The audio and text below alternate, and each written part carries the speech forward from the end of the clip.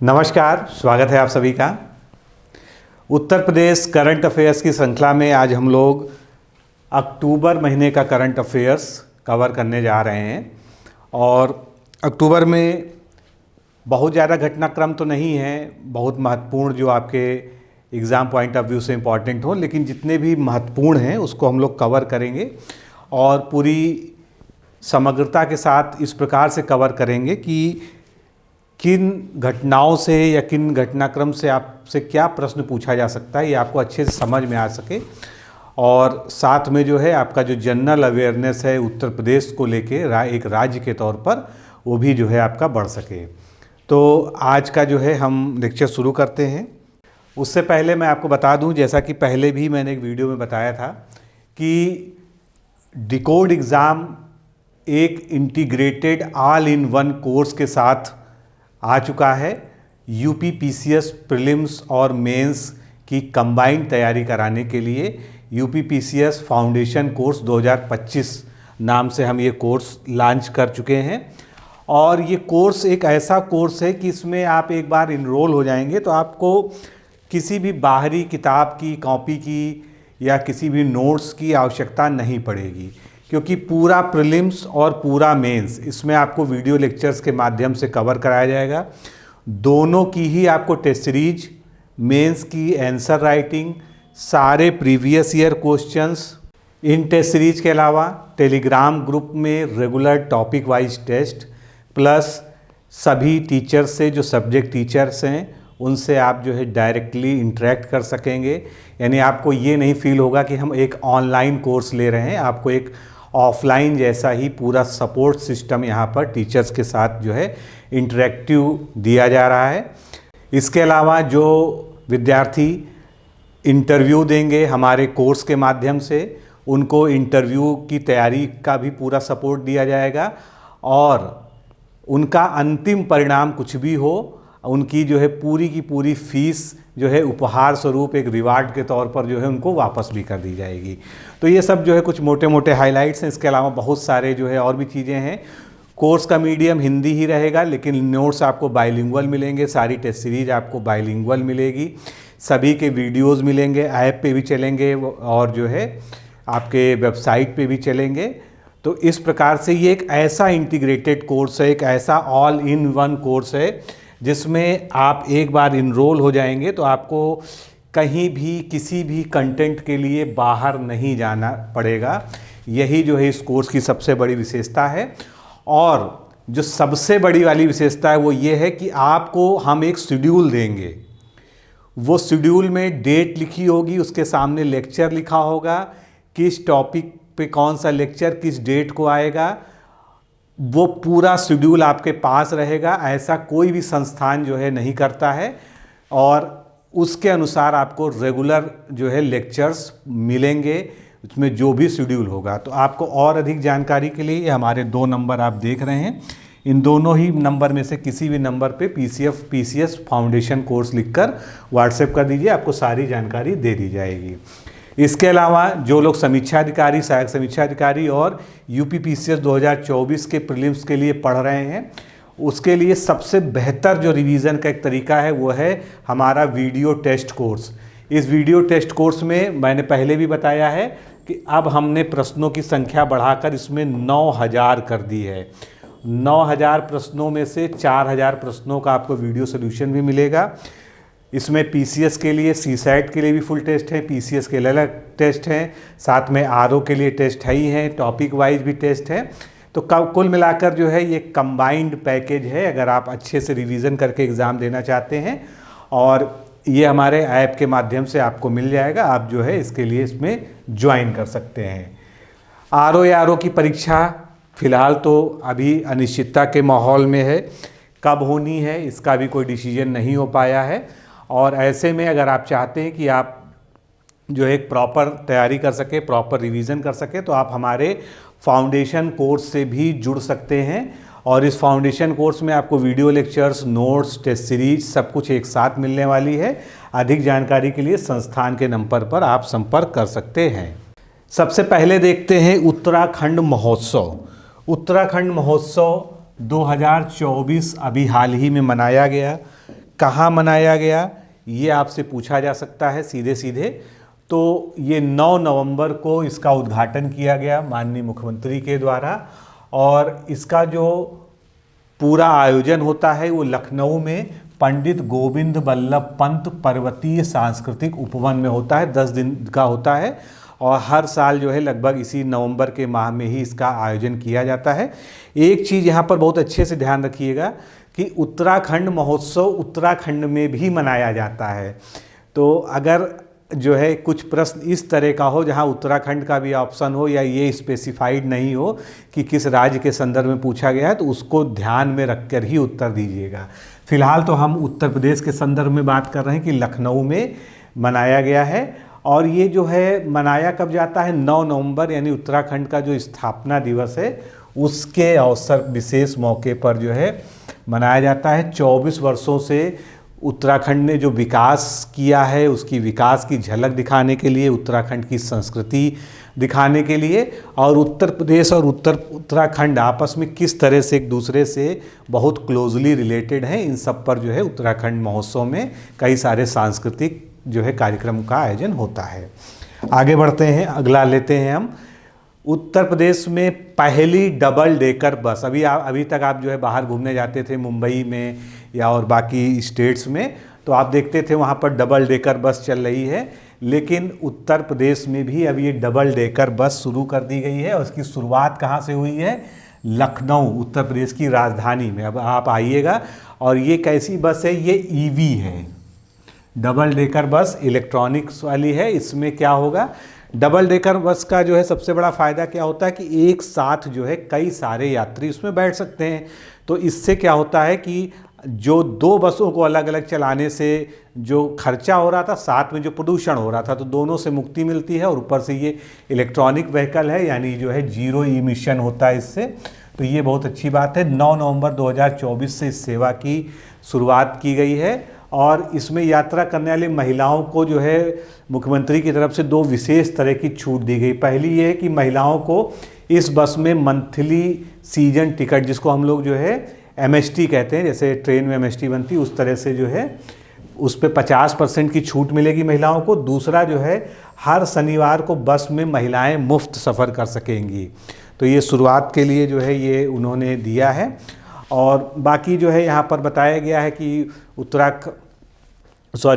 Double decker bus के क्या फ़ायदे हैं, तो ये सब आप लोग भी जानते हैं। सबसे बड़ा फ़ायदा ये है कि प्रदूषण नियंत्रण में जो है इससे मदद मिलती है, और ट्रैफिक का भी जो है जो संचालन होता है अच्छे से चल सकता है।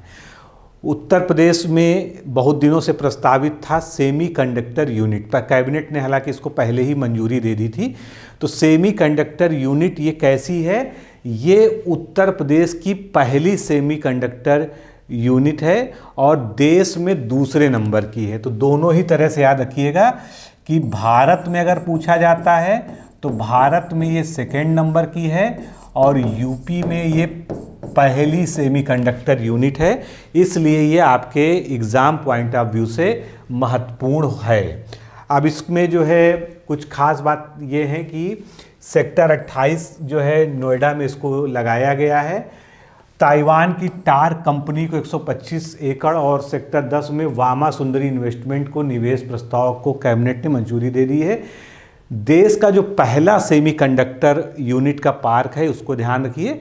अगर आपको ज़िला या प्लेस नहीं याद होता तो कम से कम ये ज़रूर पता होना चाहिए कि गुजरात में स्थापित किया गया है। धोलेरा नामक जो है जगह है गुजरात में, वहाँ पर स्थापित किया गया है। अब कोई भी यूनिट लगती है या कोई भी औद्योगिक इकाई लगती है तो निश्चित रूप से लोगों को रोज़गार मिलता है।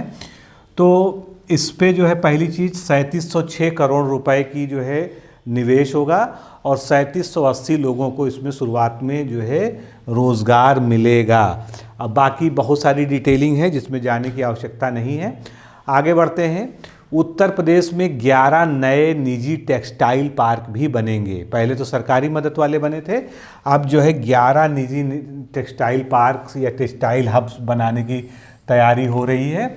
ये कहाँ कहाँ पर लग रहे हैं, बेसिकली आपसे ये पूछा जा सकता है। तो गोरखपुर, मऊ, भदोही, अलीगढ़, बागपत, शामली आदि जिलों में ये बनाए जाएंगे। इसमें चीन सहित अन्य देशों या दूसरे प्रदेशों से यूपी को कच्चा माल नहीं मंगाना पड़ेगा, यहीं पर जो है रॉ मटेरियल उत्पादित होगा।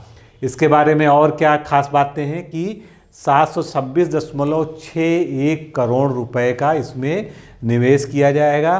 5,000 लोगों को प्रत्यक्ष और अप्रत्यक्ष रोजगार मिलेगा। और जो पहला वाला है, जो पहला पार्क होगा प्रदेश का निजी टेक्सटाइल पार्क पहला, वो जनपद शामली के कैराना तहसील के गांव झिंझाना में होगा। तो केवल आप जिला याद रख लीजिए कि उत्तर प्रदेश का पहला निजी टेक्सटाइल पार्क कहाँ लगने जा रहा है, तो वो लगने जा रहा है शामली में। बस आपको ये पता होना चाहिए। बाकी कुल 11 को आपको स्वीकृति मिल चुकी है। और ये जो टेक्सटाइल पार्क हैं, इसके लिए जो है विशेष नीति में प्रावधान किया गया है, वो नीति भी आपको पता होनी चाहिए। तो वो नीति है उत्तर प्रदेश वस्त्र एवं गारमेंट नीति 2022। इसके अंतर्गत जो है इसको लगाया जा रहा है। बाकी जो है लागत वगैरह के बारे में हमने बात की, हालांकि इसके पूछे जाने की संभावना बहुत ही कम होती है। एक नई योजना है मुख्यमंत्री बाल आश्रय योजना। नाम से ही आपको पता चल रहा होगा कि बच्चों को इसमें आश्रय दिया जाएगा। तो इसको जो है अभी हाल ही में उत्तर प्रदेश कैबिनेट ने मंजूरी दे दी है। इसका मुख्य जो प्रयोजन है वो ये है कि जो निराश्रित बच्चे हैं उत्तर प्रदेश में, उनको सरकारी खर्चे पर उनकी देखभाल की जाए, उनकी संरक्षण किया जाए और सर्वांगीण विकास के लिए जो है नवीन गृहों के निर्माण और संचालन जो है इस योजना के अंतर्गत किया जाएगा। योजना के अंतर्गत जो है बृहद निर्माण मद में वित्तीय वर्ष 24-25 में 100 करोड़ रुपए का बजट का प्राविधान किया गया है। हालांकि बजट वगैरह जो है नहीं पूछा जाएगा। अभी हाल ही में उत्तर प्रदेश सरकार ने एक और नई घोषणा की थी कि शून्य गरीबी का जो है का लक्ष्य प्राप्त करेंगे, जिसको कहा गया है जीरो पावर्टी स्कीम। तो जीरो पावर्टी स्कीम के तहत जो है पहले लाभार्थी को लाभान्वित कर दिया गया है। यानी और भी अभी दिए गए, लेकिन जैसे आपसे पहले प्रश्न पूछा जाता है ना, उज्ज्वला का पहला लाभार्थी कौन है या किस जिले में शुरू की गई, उसी तरह से ये प्रश्न अपने आप में इसलिए महत्वपूर्ण हो जाता है कि जीरो पावर्टी स्कीम का पहला लाभार्थी कौन बना है उत्तर प्रदेश में। तो उत्तर प्रदेश में गोसाईगंज जो है उसमें सलौली गांव के रूबी को योजना की पहली लाभार्थी के रूप में चुना गया है। ये पूरा परिवार जो है चुना गया है। और ये योजना है क्या, जिनकी वार्षिक आय 1,25,000 रुपये प्रति परिवार हो सके, ये इनका जो है लक्ष्य रखा गया है। और ऐसे परिवारों की पहचान के लिए राज्यव्यापी अभियान चलाया जाए, जिससे जो अत्यधिक गरीबी है वो ख़त्म हो सके। आगे बढ़ते हैं। अयोध्या दीपोत्सव की बहुत ज़्यादा चर्चा हमेशा रहती है।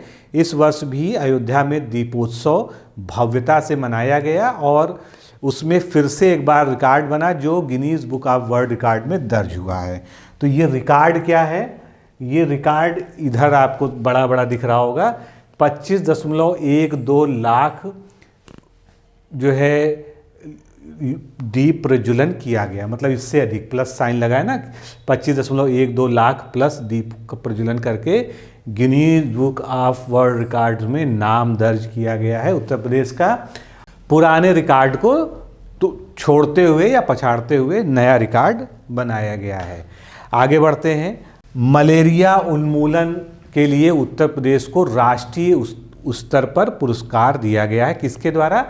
केंद्रीय परिवार कल्याण एवं स्वास्थ्य मंत्रालय के द्वारा। भारत सरकार का ये विभाग है, क्योंकि उत्तर प्रदेश ने बेहतरीन प्रदर्शन किया है। 15 से 21 की अवधि में कैटेगरी 2 से कैटेगरी 1 में पहुंचने पर यह प्रशंसा प्रमाण पत्र जो है उत्तर प्रदेश को दिया गया है।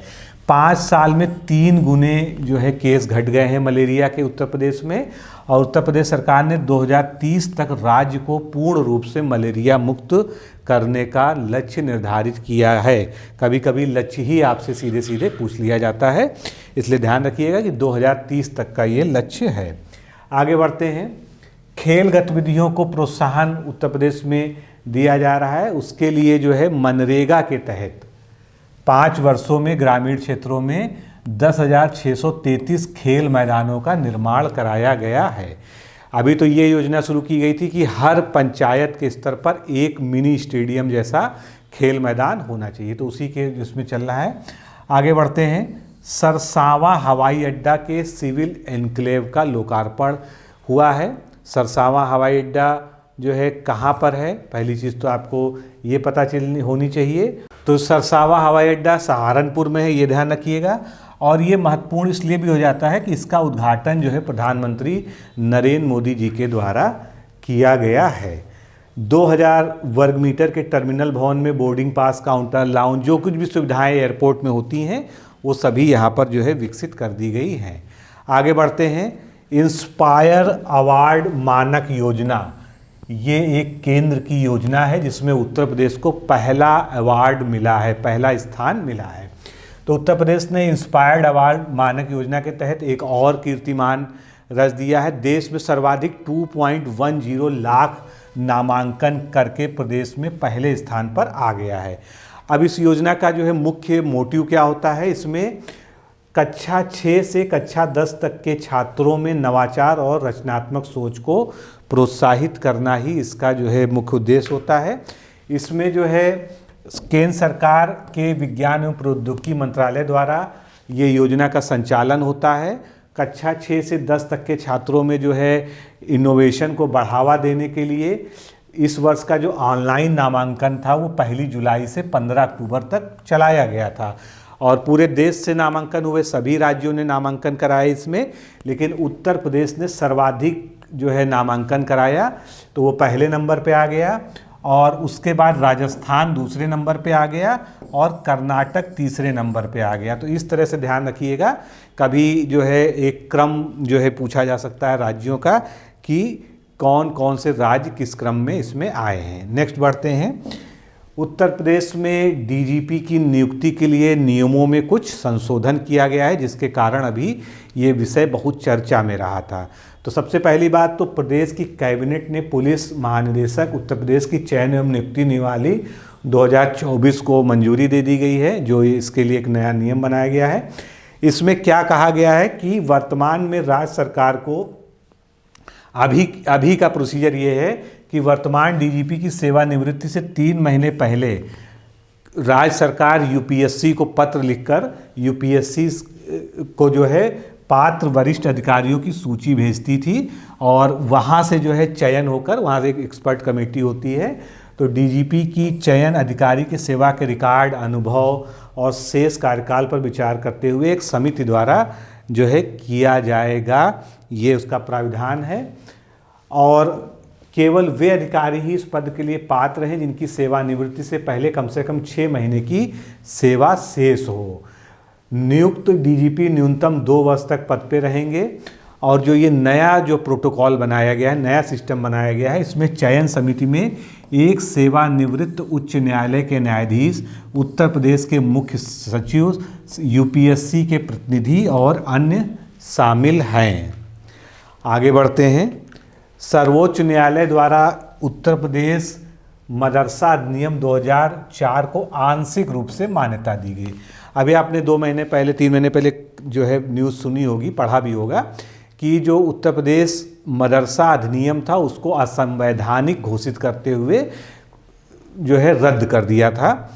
फिर उसके बाद जो है सर्वोच्च न्यायालय में कई सारी जो है रिटें हुई, तो उसके परिणाम स्वरूप उसके जो है पूरे को तो नहीं रिस्टोर किया गया है, लेकिन कुछ प्रावधानों को आंशिक रूप से मान्यता दे दी गई है। अब इसमें जो है जो प्रावधान जो है विवादित थे, तो सर्वोच्च न्यायालय ने उच्च शिक्षा, जैसे उसमें उच्च शिक्षा में आपने कामिल और फाजिल ये 2 डिग्रियां सुनी होंगी, इन प्रावधानों को असंवैधानिक घोषित कर दिया क्योंकि वे विश्वविद्यालय अनुदान आयोग यानी यूजीसी 1956 के अनुरूप नहीं है और सूची 1 की प्रविष्टि में 66 द्वारा शासित हैं। इस तरह के कोर्सेज को जो है मान्यता नहीं दी गई है। आगे बढ़ते हैं। भारतीय राज्यों में भूजल स्तर जो अंडरग्राउंड वाटर का लेवल है में आने वाली कमी में शहरीकरण और औद्योगिकीकरण की एक भूमिका पर एक रिपोर्ट जारी हुई है जो बहुत ही चिंता का विषय है। और उसमें जो है उत्तर प्रदेश सहित अन्य राज्यों के बारे में भी बात की गई। तो पहली चीज़ तो जो है ये रिपोर्ट कौन सी है, इसका नाम है detection and socio economic attribution of ground water depletion in India. इसमें एक अध्ययन में बताया गया कि 5 भारतीय राज्य में भूजल स्तर में आने वाली कमी में शहरीकरण और औद्योगिकीकरण की भूमिका क्या रही है। इस अध्ययन में 5 हॉट स्पॉट यानी पंजाब, अब ये 5 कौन से हैं, पंजाब हो गया नंबर 1 पे, हरियाणा तीसरे नंबर पे उत्तर प्रदेश, चौथे नंबर पे पश्चिम बंगाल, 5वें और 5वें नंबर पे कंबाइंड जो है केरल और छत्तीसगढ़ है।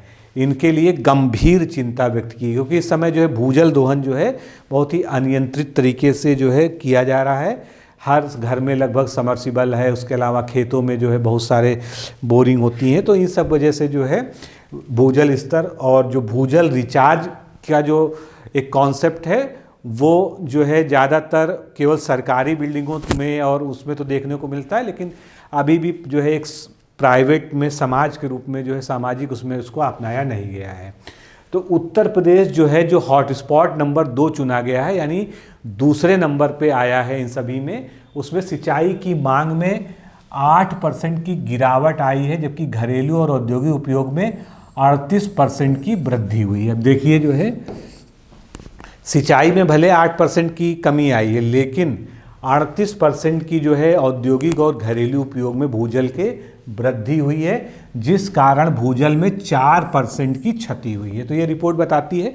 हालांकि इन सब चीज़ों को बहुत इस तरह से नहीं पढ़ना है कि आपको एक एक डेटा याद रखना है, लेकिन कभी राज्य के बारे में आपको अच्छे से जानकारी होनी चाहिए। भूजल से ग्रामीण घरेलू जल के 85%, शहरी जल के 45% तथा कृषि सिंचाई के 60% से अधिक की पूर्ति होती है, जिससे अनेक क्षेत्र प्रभावित होते हैं। तो एक डाटा ये भी है कि जो अंडरग्राउंड वाटर है उसका उपयोग जो है घरेलू जल में डोमेस्टिक वाटर के लिए 85%, शहरी क्षेत्रों में जल प्राप्त के लिए 45% और सिंचाई के लिए 60% जो है उसका प्रयोग किया जाता है। आगे बढ़ते हैं। उत्तर प्रदेश की अर्थव्यवस्था में ग्रोथ को लेके जो है एक रिपोर्ट है, और उत्तर प्रदेश के मुख्यमंत्री द्वारा हाल ही में एक वक्तव्य दिया गया है कि भारत की शीर्ष अर्थव्यवस्था बनने की दिशा में उत्तर प्रदेश जो है तीव्र ग्रोथ वृद्धि कर रहा है। यूपी का जो सकल राज्य घरेलू उत्पाद है, जिसको हम जीएसडीपी कहते हैं, स्टेट जीडीपी, ये 2025 तक 32 ट्रिलियन रुपए से अधिक होने की उम्मीद है, जो कि वित्त वर्ष 2024 में 26 ट्रिलियन था। यानी आप 24 से 25 का कंपैरिजन कीजिए तो 26 जो है यानी लगभग 6 ट्रिलियन रुपए जो है एसजीडीपी में ग्रोथ की संभावना बन के आई है। बाकी अब क्या क्या चीज़ें हैं, किन किन चीज़ों ने इसको हाइक किया है, वो सब चीज़ें बहुत सारे डाटा हैं, लेकिन अगर आपसे पूछा जा सकता है तो ये वाला पॉइंट जो है एग्ज़ाम पॉइंट ऑफ व्यू से महत्वपूर्ण है। आगे बढ़ते हैं। नोएडा वैसे भी अपने आप में उत्तर प्रदेश का एक सबसे विकसित जो है शहर माना जाता है औद्योगिक दृष्टि से और आर्थिक दृष्टि से। तो एक और योजना इसके लिए लेके आई गई है, इसका नाम है न्यू नोएडा विकास योजना। अब इसमें जो है क्या कॉन्सेप्ट है न्यू नोएडा विकास योजना में कि 2041 तक आवासीय, औद्योगिक और लॉजिस्टिक बुनियादी ढांचे को बढ़ावा देने के लिए न्यू नोएडा सिटी के विकास को मंजूरी दे दी गई है। ये योजना 209.11 वर्ग किलोमीटर में फैले गौतम बुद्ध नगर और बुलंदशहर जिलों के 84 गांवों को कवर करेगा। अब इसमें और भी बहुत सारी चीज़ें हैं कि आवासीय वितरण को संतुलित करना, भविष्य के विकास के लिए रेखांकित करना, यानी कहीं ना कहीं जो है संधारणीय विकास का जो मॉडल होता है उसको अपनाना है। सभी श्रेणियों में विशेषकर जो औद्योगिक श्रमिक हैं उनके लिए किफ़ायती आवास उपलब्ध कराना, औद्योगिक केंद्र बनाना, मल्टी मॉडल ट्रांसपोर्ट हब बनाना और लॉजिस्टिक हब बनाना, ये सब जो है इस न्यू नोएडा जो विकास योजना है इसमें कवर होंगे। आगे बढ़ते हैं। जैसे जैसे चिकित्सा सुविधाएं बढ़ रही हैं और लोगों में स्वास्थ्य के प्रति जागरूकता बढ़ रही, वैसे वैसे जो है जो 60 के ऊपर वाली आबादी है वो उनकी जनसंख्या बढ़ रही है। तो ये दो तरीके से है। एक तो अगर कार्यशील जनसंख्या की दृष्टि से देखा जाए तो इसको जो है जननांकीय दृष्टि में जो है ये माना जाता है कि ये जो है हमारे लिए बहुत अच्छा संकेत नहीं होता, लेकिन एक समाज के रूप में देखें, एक राष्ट्र के रूप में देखें तो बहुत अच्छी बात है कि हमारी जो लाइफ एक्सपेक्टेंसी है, हमारी जो जीवन की प्रत्याशा है वो लगातार उत्तरोत्तर बढ़ रही है। तो अभी केंद्रीय स्वास्थ्य एवं परिवार कल्याण मंत्रालय की एक टेक्निकल समूह है, उसकी एक रिपोर्ट आई है। उसमें बताया गया है कि 2020 की ये रिपोर्ट है, उसके अनुसार नवीनतम जनसंख्या अनुमानों पर आधारित रिपोर्ट में बताया गया कि उत्तर प्रदेश में 60 वर्ष से अधिक आयु की जनसंख्या का हिस्सा 2011 में जो 60% था, इससे बढ़ के 2036 में 12% हो जाएगा। ये कौन सी जनसंख्या की हम बात कर रहे हैं? 60 वर्ष से ऊपर आयु की जनसंख्या की हम बात कर रहे हैं। इसी तरह से और भी डेटा है, कुछ डेटा देख लेते हैं, सभी को स्किप नहीं कर सकते हम जो है। उत्तर प्रदेश में कुल जनसंख्या वृद्धि में 19% की वृद्धि होगी, ये भी बताया गया है। और 5 जो दक्षिणी राज्य हैं जैसे आंध्र प्रदेश, कर्नाटक, केरल, तेलंगाना और तमिलनाडु में केवल 29 मिलियन या कुल वृद्धि में 9% का योगदान देंगे, जबकि उत्तर प्रदेश में अकेले ही 19% जो है जनसंख्या वृद्धि होगी। लेकिन ये प्रोजेक्शन ध्यान रखिएगा 2036 की बात हो रही है, ये अभी काफ़ी आगे की बात हो रही है। इसके अलावा जो है जो वृद्धों की या वृद्ध जनसांख्यिकी प्रवृत्तियां हैं, उसमें 60 वर्ष या उससे ऊपर की आयु वर्ग के व्यक्तियों की संख्या वर्ष 2011 में 10 करोड़ या 100 मिलियन से दुगनी होकर 2036 में 23 करोड़ या 230 मिलियन हो जाने की उम्मीद है, तथा कुल जनसंख्या में उनकी भागीदारी 8.4 से बढ़कर 14.9% हो जाएगी। तो ये रिपोर्ट जो है कही गई है। पूरी रिपोर्ट आपको नहीं याद रखनी है, केवल जो मेन डेटा है उस पर आप फोकस करेंगे। आगे बढ़ते हैं। आरजे शंकर नेत्र चिकित्सालय का अभी हाल ही में उत्तर प्रदेश में उद्घाटन हुआ है। तो आपसे प्रश्न ये पूछा जा सकता है कि ये जो आरजे शंकर नेत्र चिकित्सालय है ये कहाँ पर है? तो वाराणसी में है। इसका उद्घाटन किसने किया है? इसका उद्घाटन प्रधानमंत्री ने किया। बस 2 ही सवाल हैं जो आपसे पूछे जा सकते हैं। अब इसमें क्या सुविधाएं हैं? नेत्र चिकित्सालय, इसका मतलब जो है ये नेत्र का जो है सुपर स्पेशलिटी हॉस्पिटल है। लेकिन जो आपके एग्ज़ाम पॉइंट ऑफ व्यू से महत्वपूर्ण है वो ये है कि आपको ध्यान रखना है कि ये चिकित्सालय वाराणसी में है और इसका जो है प्रधानमंत्री जी के द्वारा उद्घाटन किया गया है। इसमें जो है मतलब ऐसी सुविधाएं हैं कि जो है राज्य से बाहर के लोगों को भी ये आकर्षित करेगा। आगे बढ़ते हैं। खाद्य सुरक्षा और संदूषण पर उत्तर प्रदेश सरकार का जो अध्यादेश आया है इसके बारे में जानते हैं। अभी दोस्तों 2-3 महीने से जो है कुछ चीज़ें बहुत चर्चा में थी, जब कांवड़ यात्रा इत्यादि हो रही थी तब से ही जो है कि कई जो है जगह घटनाएं प्रकाश में आई, जिसमें जो है एक विशेष वर्ग के द्वारा खाद्य पदार्थ में थूक कर जो है खाना खिलाने इत्यादि की जो है रिपोर्टें मीडिया में काफ़ी वायरल हुई और पूरे देश में जो है एक तरह से उसमें ज्वलंत मुद्दा बन गया। कई सारी जो है प्रतिक्रियाएं उसमें हुई। उसमें पश्चिमी उत्तर प्रदेश में कुछ जगहों पर जो है जिलाधिकारियों ने नेम प्लेट और बोर्ड लगाना ये सब अनिवार्य कर दिया था। तो अब उसी को बाकायदा जो है एक कानूनी जामा पहनाने के लिए सरकार खाद्य सुरक्षा और संदूषण पर उत्तर प्रदेश के सरकार द्वारा एक अध्यादेश लाया गया है जो मानव अपशिष्ट द्वारा संदूषण से घटनाओं की श्रृंखला को रोकने के लिए है।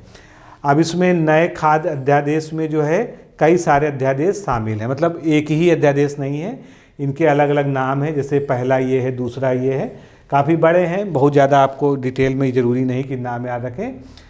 और इसमें जो है सभी खाद्य प्रतिष्ठानों के लिए मालिकों और प्रबंधकों के नाम प्रमुखता से प्रदर्शित करना अनिवार्य कर दिया गया है। इसके अतिरिक्त खाद्य प्रतिष्ठानों में कार्यरत सभी कर्मचारियों के ड्यूटी के पहचान पत्र भी होने चाहिए कि कौन जो है उसमें काम कर रहा है, उसकी क्या पहचान है। इस उपाय का उद्देश्य जवाबदेही सुनिश्चित करना और व्यक्तियों को अपनी पहचान छिपाने से रोकना है। और सभी भोजनालय और खाद्य प्रतिष्ठानों में सीसीटीवी कैमरा लगाना अनिवार्य कर दिया गया है उनके रसोई घर में। तो ये जो है कुछ इस कानून के प्रमुख उपाय हैं। बाकी और भी बहुत सारे जो है इसमें हैं, लेकिन जो मेजर चीज़ें हैं वो आपको मैंने बता दी। आगे बढ़ते हैं।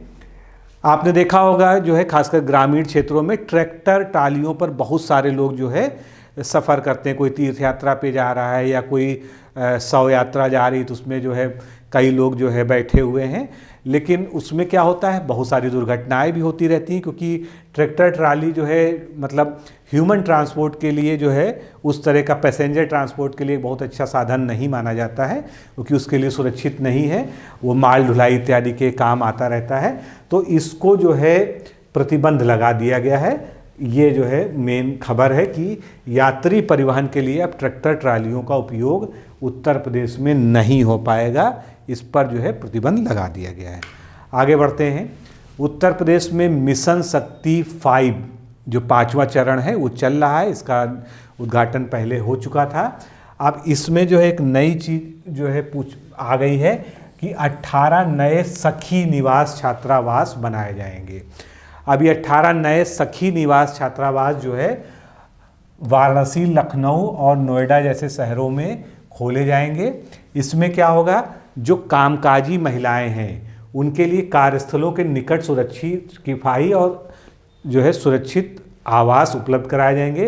प्रत्येक छात्रावास में 50 महिलाएं रह सकती हैं तथा विवाहित महिलाएं अपने बच्चों, बेटियों के लिए 18 वर्ष तक, बेटों के लिए 12 वर्ष तक जो है उनको अपने साथ में लेके रह सकती हैं। तो कुल मिलाकर वुमेन सेफ्टी की दिशा में जो है एक अच्छा प्रयास है। तो मित्रों, इस तरह से आज के इस सेशन में हम लोगों ने जो भी महत्वपूर्ण घटनाक्रम थे, जो भी महत्वपूर्ण फैक्ट्स थे करंट अफेयर्स के अक्टूबर माह के उत्तर प्रदेश से संबंधित, उसको कवर किया। तो आज के वीडियो में इतना ही। फिर मिलते हैं किसी अगले वीडियो में। आप सभी को नमस्कार, धन्यवाद। दोस्तों, क्या आप पीसीएस अधिकारी बनना चाहते हैं? यदि हाँ, तो डिकोड एग्जाम लेकर आया है यूपी पीसीएस फाउंडेशन कोर्स 2025। यह एक ऑल इन वन कोर्स है जिसमें प्रीलिम्स मेंस दोनों ही परीक्षाओं के लिए वीडियो लेक्चर, एनसीईआरटी और standard books based bilingual notes उपलब्ध कराया जा रहा है।